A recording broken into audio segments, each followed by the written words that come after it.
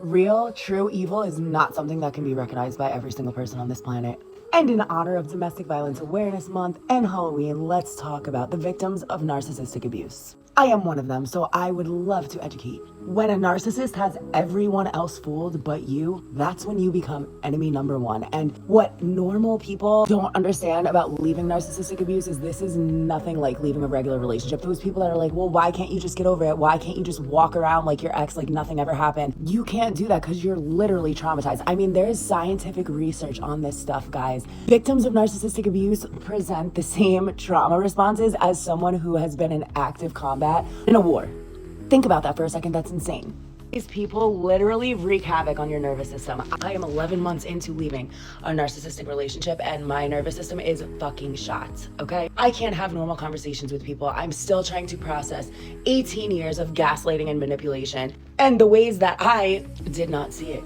Some days I still wake up feeling extremely heavy, extremely confused, extremely vulnerable. It takes so long. A person who has experienced narcissistic abuse has been manipulated and gaslit for however long they were in this relationship. You don't just get over that overnight, okay? PTSD, right? We hear people talk about PTSD all the time. PTSD is one traumatic event, okay? A rape, an assault, something that happens in your life that is traumatic that you have PTSD from. Survivors of narcissistic abuse have CPTSD, complex post-traumatic stress disorder. They experience traumatic events over and over and over. And a lot of us have Stockholm syndrome. The person who is supposed to be loving and protecting us, whether that's our parent, our partner, our friends, someone who is in a position where they're supposed to love you, is abusing you. Your brain has been flooded with the same chemicals that drug addicts experience when they become addicted to drugs. A trauma bond is just as addicting as a narcotic drug. You can look this up. I'm not making this stuff up. Your brain releases cortisol when it is being abused, right? During the bouts of abuse. I'm here to tell you I was physically, mentally, verbally, emotionally, psychologically abused, all of the above,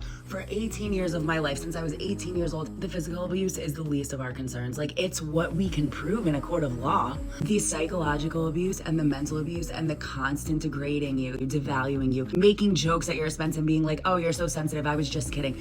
Commenting about your weight, commenting about your clothes, commenting about the way you do everything. Your personality sucks. You're too flirtatious. You're too this. The bar is consistently set higher because that's how they're controlling you, my friends. These people never take accountability for their own actions. So it is, you start to believe that you are the problem. You start to believe, as an empath, as a person who has real human emotions, you start to believe, like, am I the problem?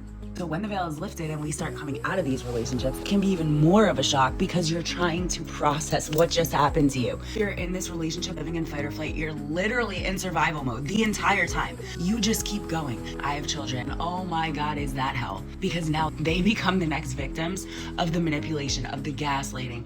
You can see it so clearly. Once you see a narcissism, you cannot unsee it. Just remember, guys, the devil is a trickster, okay? Evil can pretend to be good and kind. My ex has so many people manipulated, has so many people thinking that he did nothing wrong in this relationship, and I'm the problem. Me, the person who was working and paying all his bills and driving him everywhere and doing everything for his kids, I'm the problem. They will make up any lie to avoid accountability. The people with the biggest hearts attract the most draining, disloyal, dishonest, narcissistic people. Why? Because we want to see the good in everyone. We want to give everyone second chances and third chances and 100th chances. Cut the crap. A snake cannot bite you if it's far, far, far, far, far, far away from you.